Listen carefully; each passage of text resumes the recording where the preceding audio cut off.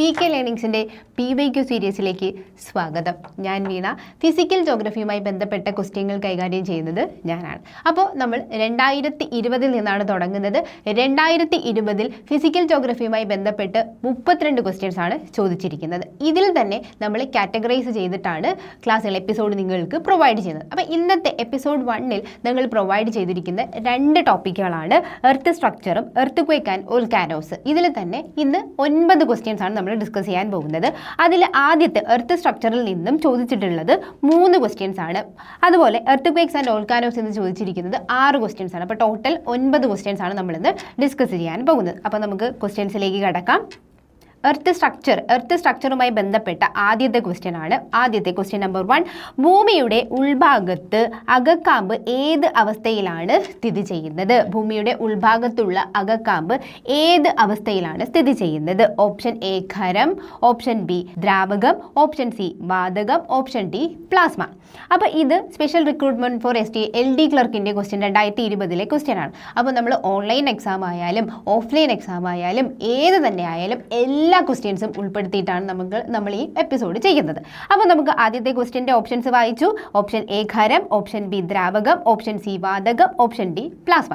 അപ്പോൾ നമുക്ക് ആൻസർ ഏതെന്ന് നോക്കാം. ഭൂമിയുടെ ഉൾഭാഗത്തുള്ള അകക്കാമ്പ്, അതായത് ഇന്നർ കോറ് ഏത് അവസ്ഥയിലാണ് സ്ഥിതി ചെയ്യുന്നു എന്നുള്ളതാണ്. ഭൂമിയുടെ അകക്കാമ്പ്, അതായത് ഇന്നർ കോർ എന്ന് പറയുന്നത് അങ്ങേയറ്റം ഉയർന്ന താപനില, അതായത് ഭൂമിയുടെ സർഫസിൽ നിന്നും നമ്മൾ ഉള്ളിലേക്ക് കടക്കുമ്പോൾ, അതായത് നമ്മുടെ എർത്തിൻ്റെ സ്ട്രക്ചർ നോക്കുമ്പോൾ ഭൂമിയുടെ അതായത് നമ്മൾ സർഫസിൽ നിന്നും ഉള്ളിലേക്ക് കടക്കുമ്പോൾ നമുക്ക് ടെമ്പറേച്ചറിലായാലും പ്രഷറിലാണെങ്കിലും എന്തുണ്ട്, ഭയങ്കരമായിട്ട് കൂടുന്നുണ്ട്. ടെമ്പറേച്ചറും പ്രഷറും ഡെൻസിറ്റി എല്ലാം ഭയങ്കരമായിട്ട് കൂടുന്നുണ്ട്. അപ്പോൾ അതുകൊണ്ട് തന്നെ മുകളിലുള്ള ലെയേഴ്സ് എക്സേർട്ട് ചെയ്യുന്ന ഒരു പ്രഷറുണ്ട്. ഈ പ്രഷറും കൊണ്ട് തന്നെ ഈ മോളിക്യൂൾസ് തമ്മിലുള്ള അകലവും കുറഞ്ഞത് എന്താണ്, ഖരാവസ്ഥയിൽ ഈ പ്രഷർ അങ്ങറ്റം കൂടുമ്പോൾ ഈ മോളിക്യൂൾസ്, അതായത് ഇന്നർ കോറിലുള്ള മോളിക്യൂൾസ് എന്താണ്, അതായത് എന്തവസ്ഥയിലാണ് കാണപ്പെടുന്നത്?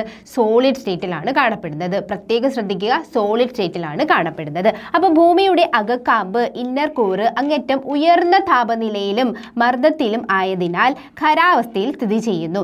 ഇത് പ്രധാനമായും ഇരുമ്പ്, നിക്കൽ എന്നിവ കൊണ്ടാണ് നിർമ്മിച്ചിരിക്കുന്നത്. അതുകൊണ്ട് നമ്മൾ ഈ ഒരു ഇന്നർ കോറിനെ നമ്മൾ എന്തെന്ന് പറയാറുണ്ട്? ഇരുമ്പ്, നിക്കൽ.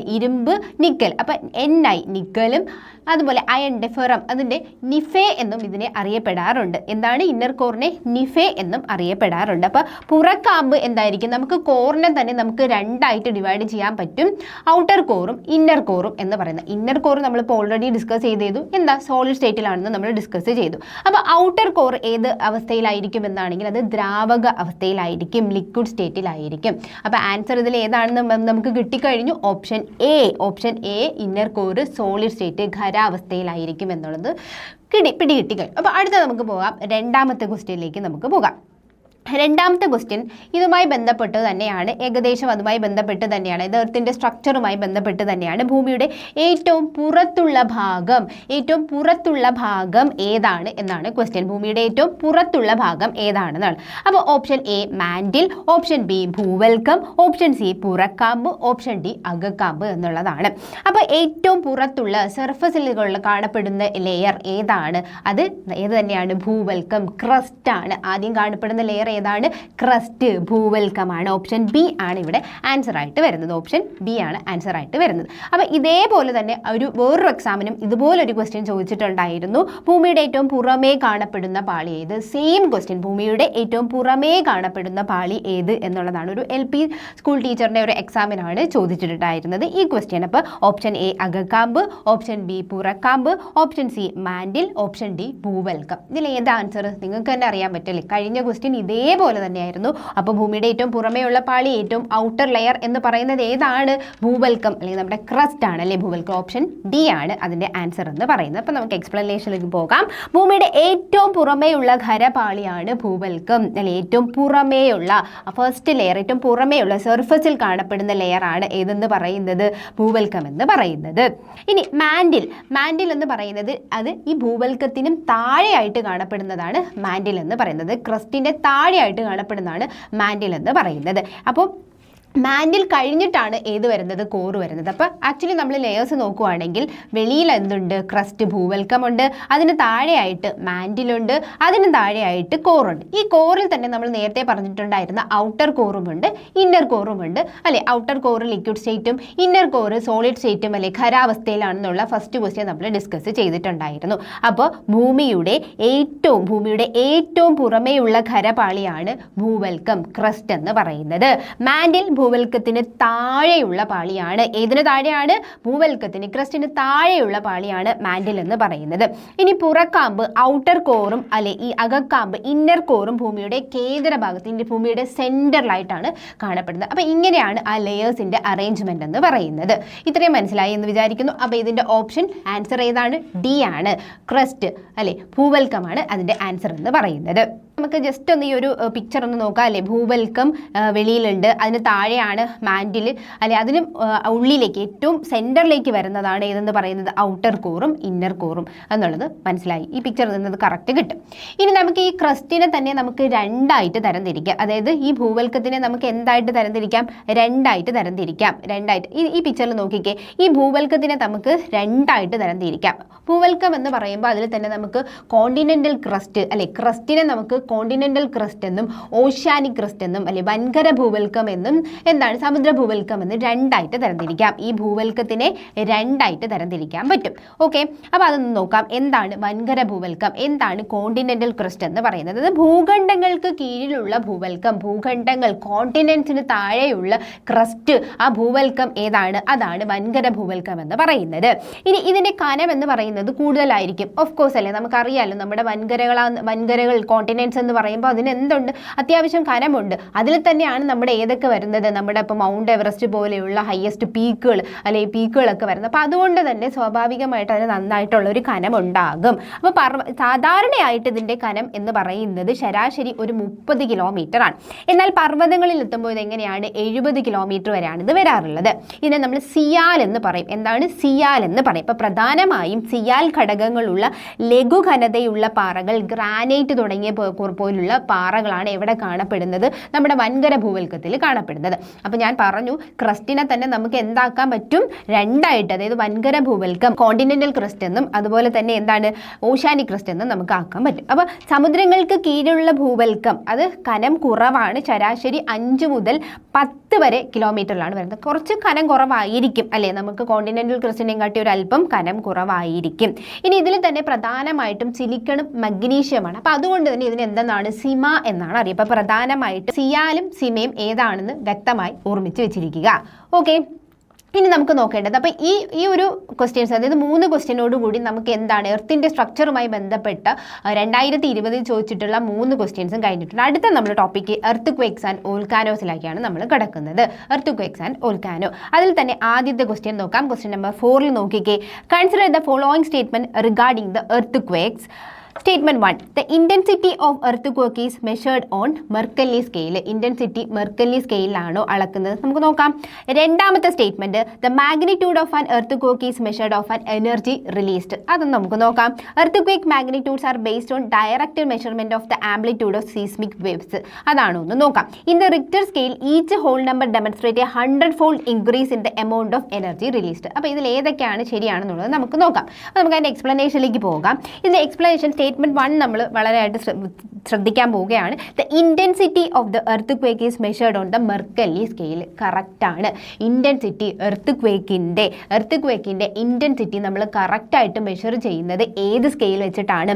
മെർക്കല്ലി സ്കെയിൽ വെച്ചിട്ടാണ് നമ്മൾ ഇൻറ്റൻസിറ്റി അളക്കുന്നത്. ഇപ്പം എന്താണ് ഇൻറ്റൻസിറ്റി എന്ന് പറഞ്ഞു കഴിഞ്ഞാൽ നമുക്ക് വിസിബിളി കാണാൻ പറ്റുന്ന എത്രത്തോളം ഡാമേജ് സംഭവിച്ചു അതാണ് നമ്മൾ എന്തെന്ന് പറയുന്നത്? ഇൻറ്റൻസിറ്റി എന്ന് പറയുന്നത്. അപ്പോൾ ആ ഇൻറ്റൻസിറ്റി നമ്മൾ മെർക്കല്ലി സ്കെയിൽ വെച്ചിട്ടാണ് അളക്കുന്നത്. ഇനി ഒരു സ്കെയിലുണ്ട്, റിക്ടർ സ്കെയിൽ എന്ന് പറയുന്നത്. എന്താണ് റിക്ടർ സ്കെയിൽ എന്ന് പറഞ്ഞു കഴിഞ്ഞാൽ? റിക്ടർ സ്കെയിൽ വെച്ച് നമ്മൾ മനസ്സിലാക്കുന്നത് എനർജി. ശരിക്കും എർത്ത് ക്വേക്ക് എന്ന് പറഞ്ഞു കഴിഞ്ഞാൽ ഭൂമിയുടെ ഉള്ളിലുള്ള എനർജി ഏതെങ്കിലും ഒരു പോയിന്റിൽ, അതിൻ്റെ ഫോൾട്ടിൽ വെച്ചിട്ട് എന്ത് ചെയ്യുന്നുണ്ട്? ഇത് റിലീസ് ആവുകയാണ് ചെയ്യുന്നത്. അപ്പം എത്രത്തോളം ആ എനർജി റിലീസ് ആവുന്നുണ്ട് അല്ലെ, ആ എത്രത്തോളം എനർജിയാണ് റിലീസ് ചെയ്യുന്നത് അതാണ് നമ്മൾ എന്തെന്ന് പറയുന്നത്? ഏതിൽ നോക്കുന്നത്? റിക്ടർ സ്കെയിലിൽ നോക്കുന്നത്. അതിൻ്റെ മാഗ്നിറ്റ്യൂഡ് നോക്കുന്നത് അവിടെയാണ്. അപ്പം നമുക്ക് നോക്കാം. അപ്പോൾ ആദ്യത്തെ സ്റ്റേറ്റ്മെന്റ് എന്ന് പറയുന്നത്, the intensity of the earth measured on the Mercalli scale. അത് കറക്റ്റ് തന്നെയാണ്. The Mercalli scale measure the intensity that is effect or damage caused by the earth quake. Already പറഞ്ഞു. അടുത്ത രണ്ടാമത്തെ statement 2, the magnitude of an earth quake is a measure of energy released. കറക്റ്റാണ്. Magnitude indicates energy released at the source of the earth quake. അതും നമ്മൾ പറഞ്ഞിട്ടുണ്ടായിരുന്നു. ഇനി മൂന്നാമത്തെ statement, the earth quake magnitudes are based on the direct measurement of the amplitude of seismic waves. അതും correct തന്നെയാണ്. അതായത് earth ക്വേക്കിന്റെ മാഗ്നിറ്റ്യൂഡ് എന്തിനെ ബേസ് ചെയ്തിട്ടാണ് വരുന്നത്? Direct measurement of the amplitude. ആ സീസ്മിക് വേവ്സിന്റെ എർത്ത് ക്വേക്ക് വേവിന്റെ മാഗ്നിറ്റ്യൂഡിന്റെ ഡയറക്റ്റ് ആയിട്ട് നമ്മൾ നോക്കുന്നത് ഡയറക്റ്റ് മെഷർമെന്റ് ആണ് ഏതെന്ന് പറയുന്നത്? എർത്ത് ക്വേക്കിന്റെ മാഗ്നിറ്റ്യൂഡ് എന്ന് പറയുന്നത്. അപ്പോൾ the scales like the Richter scale calculate. അപ്പോൾ റിക്ടർ സ്കെയിൽ എന്താണ് നോക്കുന്നത്? ഇതിന്റെ മാഗ്നിറ്റ്യൂഡ് ആണ് നോക്കുന്നത് റിക്ടർ സ്കെയിൽ. മെർക്കലി സ്കെയിൽ ഞാൻ ആദ്യമേ പറഞ്ഞു, മെർക്കലി ഇന്റൻസിറ്റി ആണ് നമ്മൾ അവിടെ നോക്കുന്നത്. ഇന്റൻസിറ്റി എന്ന് പറഞ്ഞു കഴിഞ്ഞാൽ എന്താണ്? വിസിബിളി നമുക്ക് കാണാൻ പറ്റുന്ന ഡാമേജുകളെയാണ് അവിടെ നമ്മൾ ഇന്റൻസിറ്റി എന്ന് പറയുന്നത്. അപ്പോൾ എത്രത്തോളം എനർജി റിലീസ് ചെയ്യുന്നു ആ ഒരു മാഗ്നിറ്റ്യൂഡ് നമ്മൾ നോക്കുന്നതാണ് ഏതെന്ന് പറയുന്നത്? റിക്ടർ സ്കെയിൽ എന്ന് പറയുന്നത്. അപ്പോൾ രണ്ടാമത്തെയും മൂന്നാമത്തെയും സ്റ്റേറ്റ്മെന്റ് ശരിയാണ്. അപ്പോൾ 1, 2, 3 ഇവിടെ ശരിയാണ്. നാലാമത്തെ സ്റ്റേറ്റ്മെന്റ് എന്ന് പറയുന്നത് ഇവിടെ ഇൻകറക്റ്റ് ആണ്. എന്തുകൊണ്ടാണ് ഇൻകറക്റ്റ് എന്ന് നോക്കാം. In the Richter scale each whole number demonstrate 100-fold increase in the amount of energy release. 100-fold എന്നാണ് ഇവർ പറയുന്നത്. അത് ശരിയാണോ? 100-fold ആണോ? അല്ല. ഈച്ച് ഹോൾ നമ്പർ, ഓരോ ഹോൾ നമ്പറും എന്താണ്? Each whole number increase on the Richter scale means 10 times increase in wave amplitude. 10 times ആണ്. അത് എബൌട്ട് 31.6 times ഇൻക്രീസ് എന്നാണ് നമുക്ക് ഈ എനർജി റിലീസ്ഡ്. അത് എത്രത്തോളം എന്നാണ് നമുക്ക് ഇതിനെ പറയാൻ പറ്റുന്നത്. അവിടെ നമുക്ക് ഇവിടെ ഈ സ്റ്റേറ്റ്മെന്റ് എന്തുകൊണ്ട് തെറ്റിയെന്ന് നിങ്ങൾക്ക് മനസ്സിലായോ? അപ്പോൾ റിക്ടർ സ്കെയിലിലെ ഓരോ ഹോൾ നമ്പറും ഡെമോൺസ്ട്രേറ്റ് ചെയ്യുന്നത് 100-fold എന്നാണ് പറയുന്നത്. ഒരിക്കലും 100-fold അല്ല. അപ്പോൾ ആ ഒരു സ്റ്റേറ്റ്മെന്റ് തെറ്റാണ്. അപ്പോൾ 1, 2, 3 സ്റ്റേറ്റ്മെന്റ് കറക്റ്റ് ആണ്. നാലാമത്തെ സ്റ്റേറ്റ്മെന്റ് തെറ്റാണ്. ഇനി മെർക്കലി സ്കെയിലും റിക്ടർ സ്കെയിലും എന്താണെന്നുള്ളത് നമുക്ക് ജസ്റ്റ് ഒന്ന് നോക്കാം. മെർക്കലി സ്കെയിൽ എന്ന് പറയുന്നത് ഇന്റൻസിറ്റി ആണെന്ന് ഓൾറെഡി പറഞ്ഞു. ഒബ്സർവ്ഡ് ആയിട്ടുള്ള ഡാമേജ് ആണെന്ന് പറഞ്ഞു. ഇത് സബ്ജക്റ്റീവ് ആയിട്ടാണ് നമ്മൾ കണക്കാക്കുന്നത്. ഇനി അടുത്തത് ഇതിന്റെ സ്കെയിൽ റേഞ്ച് ആണ്. ഇത് റോമൻ ലെറ്റേഴ്സിലാണ് പറയുന്നത് കേട്ടോ. റോമൻ ലെറ്റേഴ്സിൽ 1 to 12 വരെ വരുന്ന റോമൻ ലെറ്റേഴ്സ് ആണ് ഇൻഡിക്കേറ്റ് ചെയ്യുന്നത് ഏത്? മെർക്കലി സ്കെയിലിൽ. ഇനി ഇതെന്ന് പറയുന്നത് ഓരോ സ്ഥലത്തിനനുസരിച്ചിട്ടും വ്യത്യാസപ്പെടും. Varies from place to place. ഓരോ സ്ഥലത്തിനനുസരിച്ചിട്ടും ഇതിലുള്ള റേഞ്ച് വ്യത്യാസപ്പെടും. ഇനി റിക്ടർ സ്കെയിൽ ആണെങ്കിൽ ഇതിൻ്റെ മാഗ്നിറ്റ്യൂഡ് എത്രത്തോളം എനർജി റിലീസ് ചെയ്യുന്നതെന്നുള്ളതാണ് നമ്മൾ പറഞ്ഞു കഴിഞ്ഞു. ഇനി ഇതിൽ തന്നെ ഇതിൻ്റെ സീസ്മിക് വേവ്സിൻ്റെ ആംപ്ലിറ്റ്യൂഡ് കണക്കാക്കുന്നത് അത് വെച്ചിട്ടാണ്, അല്ലെങ്കിൽ അതിൻ്റെ മാഗ്നിറ്റ്യൂഡ് ആംപ്ലിറ്റ്യൂഡിനെ അനുസരിച്ചിട്ടാണെന്നുള്ളതും നമ്മൾ പറഞ്ഞിട്ടുണ്ടായിരുന്നു. ഇതൊരു ഒബ്ജക്റ്റീവ് ആയിട്ടാണ് നമുക്ക് പറയാൻ പറ്റും. ഇനി ഇതൊരു ഓപ്പൺ എൻഡഡ് ആണ്. പക്ഷേ കോമൺലി ഒരു 0 തൊട്ട് 10 വരെ 0 to 10 വരെയാണ് ഇതിൻ്റെ റിക്ടർ സ്കെയിലിൽ റീഡിങ്സിൻ്റെ വരുന്നത്. 0 to 10 വരെയാണ്. പക്ഷേ നമ്മൾ ശ്രദ്ധിച്ചോണം, മെർക്കലി സ്കെയിലാണെങ്കിൽ റോമൻ ലെറ്റേഴ്സിലാണ് അതവർ പറഞ്ഞിരിക്കുന്നത്. ഇനി ഇതിൻ്റെ വാല്യൂസ് എന്ന് പറയുന്നത് എവിടെ നോക്കിയാലും, അല്ലെങ്കിൽ എവരിവെയർ എവിടെ നോക്കിയാലും ഇതിൻ്റെ വാല്യൂസ് എന്ന് പറയുന്നത് സെയിം ആയിരിക്കും. പക്ഷേ മെർക്കലി സ്കെയിൽ എങ്ങനെയാണ്? മെർക്കലി സ്കെയിൽ പ്ലേസ് ടു പ്ലേസ് എന്ത് ചെയ്യുന്നുണ്ട്?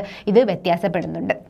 അപ്പോൾ അതാണ് മെർക്കലി സ്കെയിലും റിക്ടർ സ്കെയിലും തമ്മിലുള്ള ഒരു ഡിഫറൻസ്. അത് നോക്കിക്കഴിഞ്ഞു. അടുത്ത 5ാമത്തെ ക്വസ്റ്റ്യൻ നമുക്ക് നോക്കാം. ഓൾക്കാനിക് ഇറപ്ഷനുമായി ബന്ധപ്പെട്ട്. Volcanic eruption do not occur in the.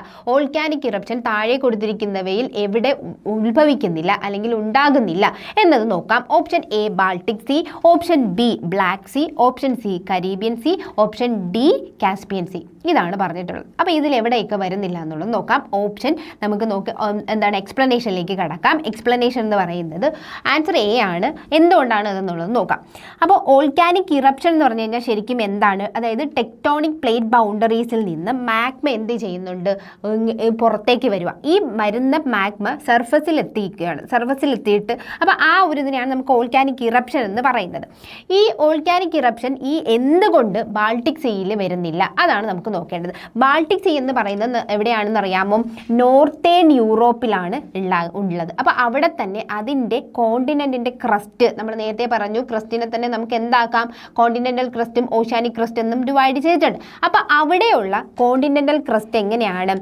അവിടെ ടെക്ടോണിക് പ്ലേറ്റ് ബൗണ്ടറി ഇല്ല. അപ്പോൾ അതുകൊണ്ട് ഒരിക്കലും എന്തുണ്ടാവത്തില്ല? അവിടെ എന്തുണ്ടാവത്തില്ല? നമ്മുടെ ഓൾക്കാനിക് ഇറപ്ഷൻ എന്ന് പറയുന്ന സാധനം ഉണ്ടാവത്തില്ല. അപ്പോൾ ആ ഒരു ടെക്ടോണിക് പ്ലേറ്റ് ബൗണ്ടറീസിൽ നിന്നാണ് നമുക്ക് എന്ത് വരുന്നത്, ഈ മാഗ്മ പുറത്തേക്ക് വരുന്ന ഒരു പ്രക്രിയ. അപ്പോൾ അവിടെ ഇത് ഇല്ലാത്തത് കൊണ്ട് തന്നെ ഈ ഒരു ടെക്ടോണിക് പ്ലേറ്റ് ശരിക്കും പറഞ്ഞു കഴിഞ്ഞാൽ ഇവിടുത്തെ കോണ്ടിനെൻ്റൽ ക്രസ്റ്റ് സ്റ്റേബിളാണ്, അല്ലെ സ്റ്റേബിളായിട്ട് ഇരിക്കുന്നത് കൊണ്ട് തന്നെ അവിടെ ഒരു ഇറപ്ഷനുള്ള ഒരു സാധ്യത ഇല്ല. അതുകൊണ്ടാണ് ബാൾട്ടിക് സീയിൽ എന്തില്ലാത്തത് ഓൾക്കാനിക് ഇറപ്ഷൻ ഇല്ലാത്തത്. ഓപ്ഷൻ എ ആണ് ആൻസർ എന്ന് പറയുന്നത്. ഇനി ബ്ലാക്ക് സീയിലാണെങ്കിലും ശരിക്കും പറഞ്ഞു കഴിഞ്ഞാൽ നമുക്ക് നിലവിൽ, അതായത് ടുഡേ നിലവിൽ എന്തില്ല, ഓൾക്കാനോ ആക്റ്റീവ് അല്ല. പക്ഷേ എന്താണ് അതിൻ്റെ സറൗണ്ടിങ് റീജിയൻസ് എന്തായിരുന്നു, പണ്ട് ഒക്കെ എന്തുണ്ടായിരുന്നു, സീസ്മിക് ആയിട്ടുള്ള ഹിസ്റ്റോറിക്കലായി സീസ്മിക് ആയിട്ടുള്ളത് വോൾക്കാനിക് ആക്ടിവിറ്റി മുൻപുണ്ടായിരുന്നു. നിലവിൽ അവിടെ ആക്റ്റീവ് അല്ല എന്നേ നമുക്ക് പറയാൻ പറ്റത്തുള്ളൂ. അതിൻ്റെ സറൗണ്ടിങ് റീജിയൻസ് ഒക്കെ മുമ്പ് ആക്റ്റീവ് ആയിരുന്നു. അപ്പോൾ ഇതിൻ്റെ കറക്റ്റ് ആൻസർ ഏത് തന്നെയാണ് ബാൾട്ടിക് സീ എന്ന് പറയുന്നത്. ഇനി എന്തുകൊണ്ടാണ് കരീബിയൻ സീ വരാത്തതെന്ന് നോക്കാം. കരീബിയൻ സീയിൽ വോൾക്കാനിക് ഇറപ്ഷൻ ഉണ്ടാകുന്നുണ്ട്. എന്താണെന്ന് വെച്ച് കഴിഞ്ഞാൽ കരീബിയൻ സീ എന്ന് പറയുന്നത് ഒരു ആക്റ്റീവ് ആയിട്ടുള്ള ഒരു സീസ്മിക് സോണാണ്. കരീബിയൻ സീ ആക്റ്റീവ് ആയിട്ടുള്ള ഒരു സീസ്മിക് സോണാണ്. അപ്പോൾ അതുകൊണ്ട് തന്നെ സെവറൽ ആക്റ്റീവ് വോൾക്കാനോസ് ഇവിടെ ഉണ്ട്, അത് ഉറപ്പാണ്. അതാണ് ഒരു എക്സാമ്പിൾ ആയിട്ട് നമുക്ക് മോൺസെറാറ്റും സെൻറ്റ് വിൻസെൻറ്റും ഒക്കെ അവിടെ പറയുന്നുണ്ട്. അപ്പോൾ അതുകൊണ്ട് ഒരിക്കലും നമുക്ക് അവിടെ വോൾക്കാനോ ഇറപ്ഷൻ നടക്കുന്നില്ല എന്ന് പറയാൻ പറ്റത്തില്ല. ഇനി എന്തുകൊണ്ട് കാസ്പിയൻ സീ, അത് കാസ്പിയൻ സീയിലാണെങ്കിലും എന്താണ് വോൾക്കാനോ അവിടെ ശരിക്കും പറഞ്ഞു കഴിഞ്ഞാൽ ഇല്ല, അതായത് ആ കാസ്പിയൻ സീയിലില്ല. പക്ഷേ സറൗണ്ടിങ് ആയിട്ടുള്ള റീജിയൻസിൽ എന്തുണ്ട്, ഈ നമ്മുടെ ടെക്ടോണിക്കലി ആക്റ്റീവായിട്ട് അവർ പാസ്റ്റ്, അതായത് മുന്നേ, നിലവിലല്ല മുന്നേ അവർ എന്താണ് വോൾക്കാനിക് ഈവൻസ് പണ്ട് ഉണ്ടായിരുന്നു എന്നുള്ളതാണ്. അപ്പോൾ അതിൻ്റെ ആൻസർ എന്ന് പറയുന്നത് എ തന്നെയാണ്.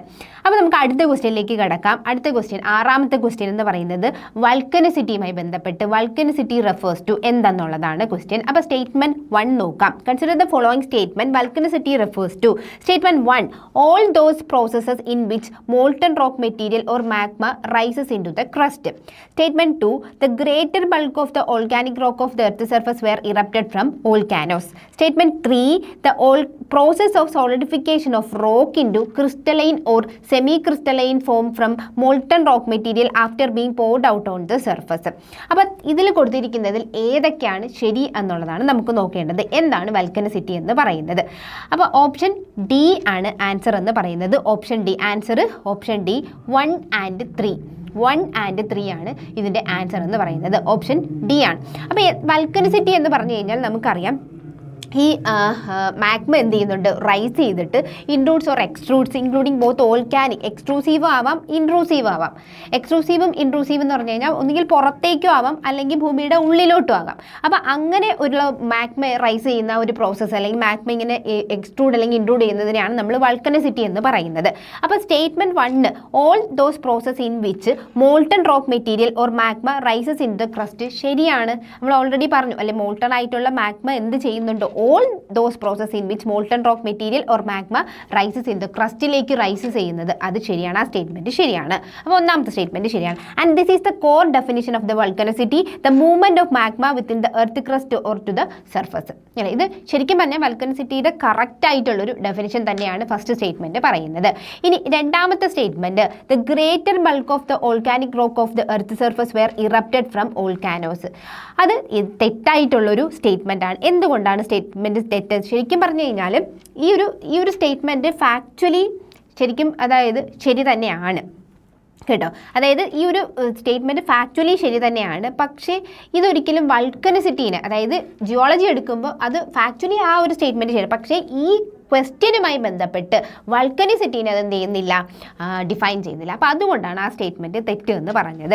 It describe the source of volcanic rock, not the process of vulcanicity. അതായത് റോക്കുകളുടെ സോഴ്സ് അത് എക്സ്പ്ലെയിൻ ചെയ്യുന്നുണ്ട്, പക്ഷേ അത് എന്ത് ചെയ്യുന്നില്ല, വൾക്കനിസിറ്റീനെ ഡിഫൈൻ ചെയ്യുന്നില്ല. അപ്പോൾ അതുകൊണ്ടാണ് ആ സ്റ്റേറ്റ്മെൻറ്റ് തെറ്റെന്ന് പറയുന്നത്. അപ്പോൾ അതുകൊണ്ട് തന്നെ നമുക്കിതിൽ കൂട്ടാൻ പറ്റത്തില്ല. അതുകൊണ്ട് ആ സ്റ്റേറ്റ്മെൻറ്റ് തെറ്റാണെന്ന് നമുക്ക് പറയാം. ഇനി മൂന്നാമത്തെ സ്റ്റേറ്റ്മെൻറ്റ് നമ്മൾ പറഞ്ഞു അത് ശരിയാണ്, ഓപ്ഷൻ ഡി ആണെന്ന് പറഞ്ഞു. 1 and 3 ആണ് കറക്റ്റ് എന്ന് പറഞ്ഞു. അപ്പോൾ എന്തുകൊണ്ട് മൂന്നാമത്തെ സ്റ്റേറ്റ്മെൻറ്റ് ശരിയായി? The process of solidification of rock into crystalline or semi crystalline from molten rock materials after being poured out on the surface, അത് ശരിയാണ് അല്ലേ, അത് ശരിയായിട്ടുള്ളതാണ്. അപ്പോൾ ഇത് ശരിക്കും പറഞ്ഞു കഴിഞ്ഞാൽ എക്സ്ട്രൂസീവ് ആയിട്ടൊരു ഓൾക്കാനിക് ആക്ടിവിറ്റീനെ തന്നെയാണ് ഇത് ഡിഫൈൻ ചെയ്യുന്നത്. എന്ത് ചെയ്യുന്നുണ്ട്, എക്സ്ട്രൂസീവ് എന്ന് പറയുമ്പോഴത്തേക്ക് മാഗ്മ എന്ത് ചെയ്യുന്നുണ്ട്, നമ്മുടെ സർഫസിൽ എത്തിയിട്ട് എന്ത് ചെയ്യുന്നുണ്ട്, മാഗ്മ ലാവയായിട്ട് അത് പിന്നെ എന്താണ് സോൾഡിഫൈ ചെയ്യുന്നുണ്ട്. അപ്പോൾ അതുകൊണ്ട് തന്നെ ഈ ഒരു പ്രോസസ്സ് വൾക്കനസിറ്റി തന്നെയാണ്. അപ്പോൾ അതുകൊണ്ട് ആ സ്റ്റേറ്റ്മെൻറ്റ് ശരിയാണ്, 1ഉം 3ഉം ശരിയാണ്. ഓപ്ഷൻ ഡി ആണ് കറക്റ്റ് ആൻസർ എന്ന് പറയുന്നത്. നമുക്ക് അടുത്ത ക്വസ്റ്റ്യനിലേക്ക് കിടക്കാം. ഏഴാമത്തെ question a graphic record of the earth quake vibration obtained by the instrument is called. ആ ഒരു ഗ്രാഫിക് റെക്കോർഡ് എന്താണ്? ആ ഗ്രാഫിക് റെക്കോർഡ് അതായത് നമ്മുടെ എർത്ത് ക്വേക്ക് ഉണ്ടാകുമ്പോൾ ഈ എർത്ത് ക്വേക്കിനെ അളക്കാനായിട്ട് നമ്മൾ ആ ഒരു ഗ്രാഫിക് റെക്കോർഡ് എടുക്കുന്നുണ്ട്. എന്താണ് അതെന്നാണ് നമുക്ക് നോക്കേണ്ടത്. അപ്പോൾ ആൻസർ ഇതിൽ ഏതായിരിക്കും? നമുക്ക് ഇവിടെ തെറ്റാനായിട്ടുള്ളൊരു ഇതുണ്ട്. കാര്യം സീസ്മോളജി ഉണ്ട്, സീസ്മോഗ്രാം ഉണ്ട്, സീസ്മോഗ്രാഫ് ഉണ്ട്. ഇതിൽ ഏതായിരിക്കും എന്നുള്ളൊരു ഡൗട്ട് വരും, തെറ്റിപ്പോകരുത്. സീസ്മോഗ്രാം എന്ന് പറഞ്ഞു കഴിഞ്ഞാൽ the graphic record the wavy line trace of the earth quake. അതായത് ശരിക്കും ആ എർത്ത് ക്വേക്സിൻ്റെ ആ വേവി ലൈൻ നമ്മൾ ട്രേസ് ചെയ്യും. ആ കറക്റ്റ് അതിൻ്റെ ആ ഗ്രാഫിക് റെക്കോർഡിനെയാണ് നമ്മൾ സീസ്മോഗ്രാം എന്ന് പറയുന്നത്. ഇനി എന്താണ് സീസ്മോഗ്രാഫ് എന്ന് പറയുന്നത്? ആ ഏതാണോ ആ ഇൻസ്ട്രുമെന്റ് യൂസ് ചെയ്യുന്നത്, ആ ഉപയോഗിക്കുന്ന ഉപകരണം ഏതാണ്, അതാണ് സീസ്മോഗ്രാഫ് എന്നത്. Instrument that record the vibration. ഏത് ഇൻസ്ട്രുമെന്റ് ആണോ ആ വൈബ്രേഷൻ റെക്കോർഡ് ചെയ്യുന്നത്, ആ ഇൻസ്ട്രുമെന്റ് ആണ് സീസ്മോഗ്രാഫ് എന്ന് പറയുന്നത്. അപ്പോൾ അതിൽ നമുക്ക് കിട്ടുന്ന ഗ്രാഫിക് റെക്കോർഡ് എന്ന് പറയുന്നത് സീസ്മോഗ്രാം ആണ്, തെറ്റിപ്പോകരുത്.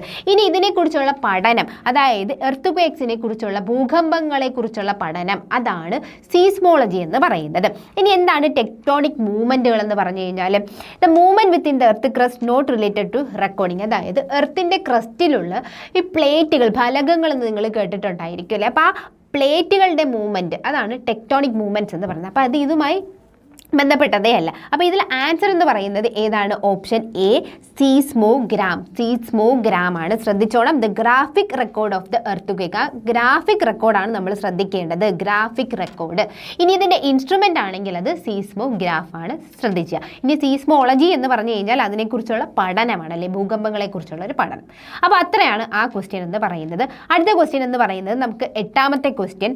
An opening in the earth crust through which rock fragments, lava, ash, steam and other gases are emitted. അതായത് ഏതൊരു ഓപ്പണിംഗ്, അതായത് എർത്തിൻ്റെ ഭൂവൽക്കത്തിൽ, എർത്തിൻ്റെ ക്രസ്റ്റിൽ കൂടി ഈ റോക്ക് ഫ്രാഗ്മെന്റ്സ് ആയിട്ടുള്ള ലാവ, അതുപോലെ ആഷ് മെറ്റീരിയൽസ്, ഇതെല്ലാം കൂടി, അല്ലെങ്കിൽ പല ഗ്യാസസ് ഉണ്ടാവും, ഇതെല്ലാം കൂടെ എമിറ്റ് ചെയ്യുന്ന ആ ഓപ്പണിങ്ങിനെ നമ്മൾ എന്ത് പറയും എന്നുള്ളതാണ്. ഇവിടെ നമുക്ക് തെറ്റാനായിട്ടുള്ള ഒരു വലിയ ചാൻസ് ഉണ്ട്. വോൾക്കാനോ ഉണ്ട്. ആൻസർ എന്ന് പറയുന്നത് വോൾക്കാനയാണ്. Option A volcano, option B crater, option C sinkhole, option D rift Valley.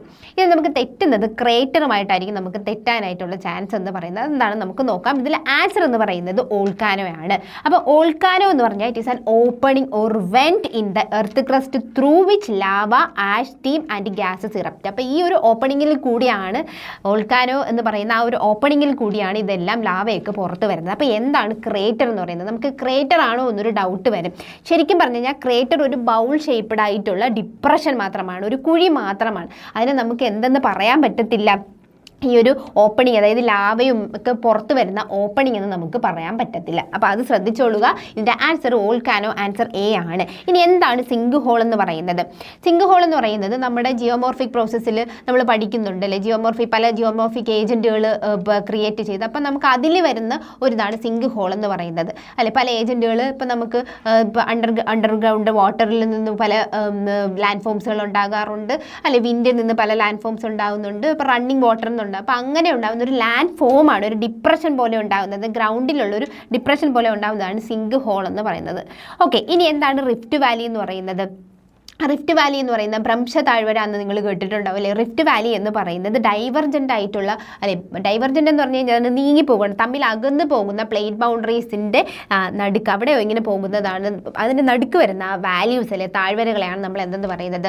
Rift values എന്ന് പറയുന്നത്. അപ്പോൾ ആൻസർ എ ആണ് അല്ലെ, എ ആണ്. ഒന്നുകൂടെ ശ്രദ്ധിക്കുക, ഒന്നുകൂടെ നന്നായിട്ട് ശ്രദ്ധിക്കുക. ക്രേറ്റർ എന്ന് ഒരിക്കലും തെറ്റിപ്പോകരുത്. Opening in the earth crust through rock fragments, lava, ash, steam and other gases are emitted. ഈ ഒരു ഓപ്പണിങ്ങിൽ കൂടിയാണ് വരുന്നത്. അപ്പോൾ അത് വോൾക്കാനോ ആണ്, ക്രേറ്റർ അല്ല. അടുത്ത ക്വസ്റ്റ്യൻ, 9ാമത്തെ ക്വസ്റ്റ്യൻ ആണ്, നമ്മുടെ അവസാനത്തെ ക്വസ്റ്റ്യൻ ആണ്. A huge sea wave caused by the submarine earth quake is called. അത് നമുക്ക് എപ്പോഴും കേൾക്കുന്ന ഒരു പേര് തന്നെയാണ്, നമുക്ക് എപ്പോഴും അറിയാവുന്നതാണ് അല്ലേ. ഹാർബർ തിരമാല എന്നൊക്കെ അറിയപ്പെടുന്ന, അല്ലെ ഹാർബർ തിരമാല എന്നൊക്കെ അറിയപ്പെടുന്ന നമ്മുടെ ഏത് തന്നെയാണ്?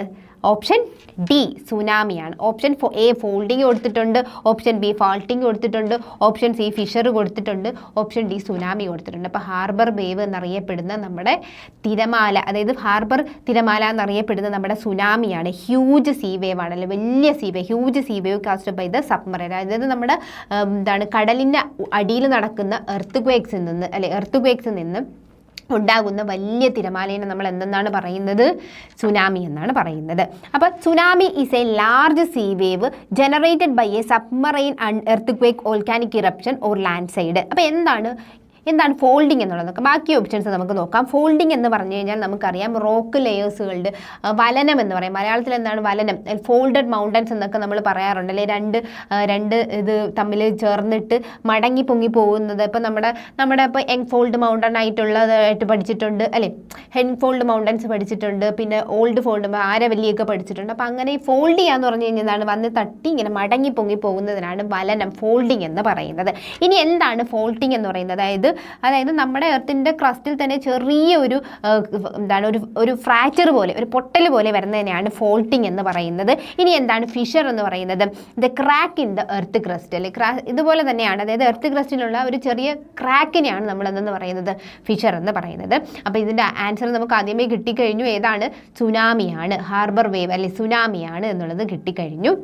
Tsunami is a large sea wave generated by the submarine earth quake. അതായത് കടലിൻ്റെ അടിയിൽ നിന്നുള്ള എർത്ത് ക്വേക്കിൽ നിന്ന് ഉത്ഭവിക്കുന്ന വലിയ കൂറ്റൻ തിരമാലയാണ് ഇതെന്ന് പറയുന്നത്? സുനാമി എന്ന് പറയുന്നത്.